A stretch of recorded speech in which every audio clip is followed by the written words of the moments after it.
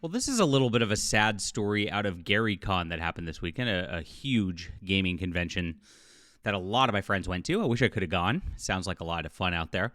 But Larry Elmore had a booth and a table there, and apparently Dragonlance didn't want him to return for his classic art, and they went with a digital artist. This is actually the digital artist here. They said had more pop and was more in line with their current edition with what they're doing. Now, Dragonlance has made a lot of missteps from Wizards of the Coast over the last few years, and it looks like this was confirmed as well by Margaret Weis, one of the writers of Dragonlance right here. So we're going to get into this news in just a moment as we talk about all things in fantasy and gaming. Really appreciate you guys being here. Please hit the like and subscribe button. This is the real fantasy news, like I say. And my name's John Delarose. I am a fantasy author myself. This is The Demon's Eye. If you like classic fantasy, good versus evil, a strong male protagonist, this is going to be a book for you. You're absolutely going to enjoy this. You guys have made this my biggest launch ever. And as I said on my community tab, I hear you. You want more fantasy like this. And so I'm going to be working on, of course, developing something like that because of it. So thank you so much. If you haven't read it yet, it's in the description below. I think you'll love this if you like the classic Dragonlance stuff. So grab it, and it is only $4.99 on Kindle. Appreciate you guys for reading today. All right.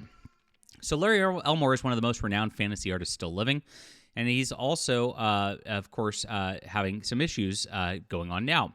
Dragonlance editors told him they wanted a digital artist for their new work rather than his classic work. If you didn't know, fantasy art's been under attack in the recent iterations of Dungeons & Dragons settings. It's been crazy.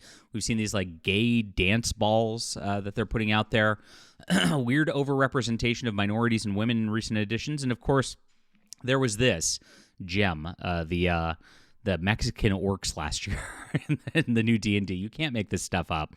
They didn't want orcs to be black people, so they made orcs into Mexicans instead. Absolutely crazy. So the old classic fantasy art had an epic feel to it. Of course, Frank Frazetta, Michael Whalen, and Larry Elmore, a lot of names that were heavy hitters back in the day that did these beautiful painted epics. My next trilogy I'm working on, I got a wonderful painter who's working on it right now, doing some beautiful art for me as well. I'm bringing it back because I think those classic styles are very important. Larry Elmore, in particular, has a long history with Dungeons & Dragons, if you didn't know. He created many of the iconic illustrations that people understand as the D&D aesthetic in the 80s and 90s. His work can be found in many of the supplements, and his work created the definitive style of the Dragonlance series, including characters like Tanis, Raistlin, and Lorana. His cover art for Dragons of the Autumn Twilight by Margaret Weis and Tracy Hickman is one of his most famous pieces. You can see it right here. Now, as you look, this new sort of group kind of like it tries to get that aesthetic, but it's got a lot less detail.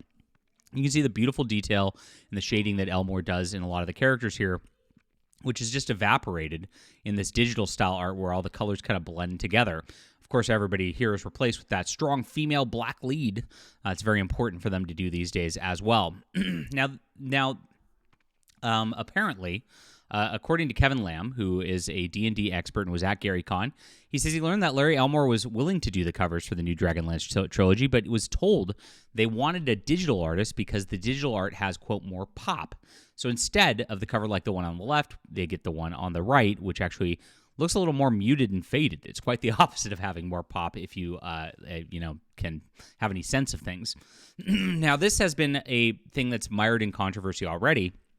If you don't know, Wizards of the Coast had a lawsuit going on with Margaret Weis and Tracy Hickman, who had completed this, and they were actually going to axe this altogether.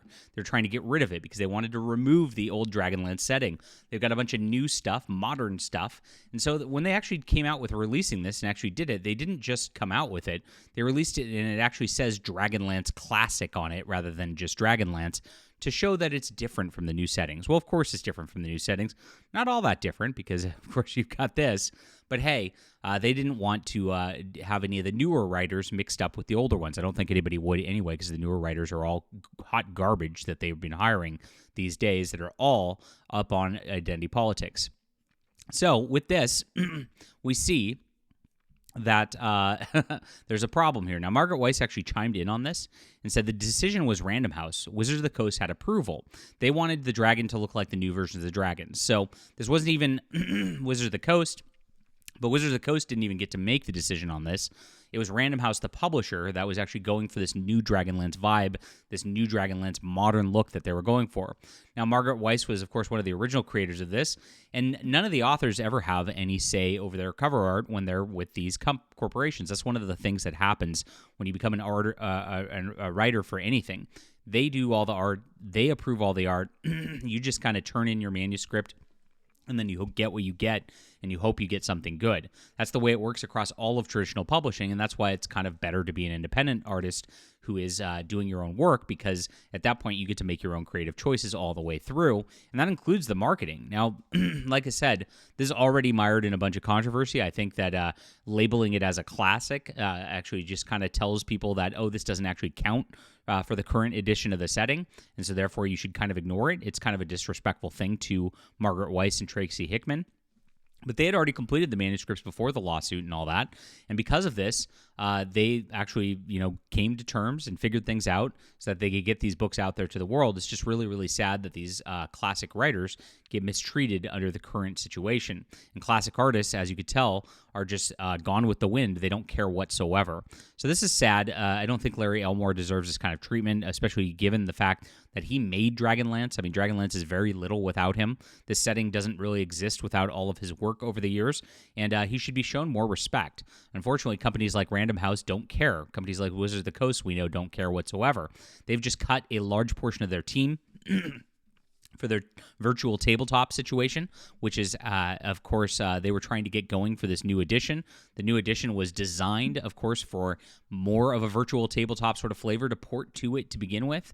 And so they were trying to get in on that new modern gaming demographic rather than focusing on the roots of classic paper and pen gaming. And you could see that trying to remove your classic roots in pursuit of this modern audience hit that they keep going for over and over and over again. Maybe we'll get the modern audience this time. Maybe we'll get the modern audience this time.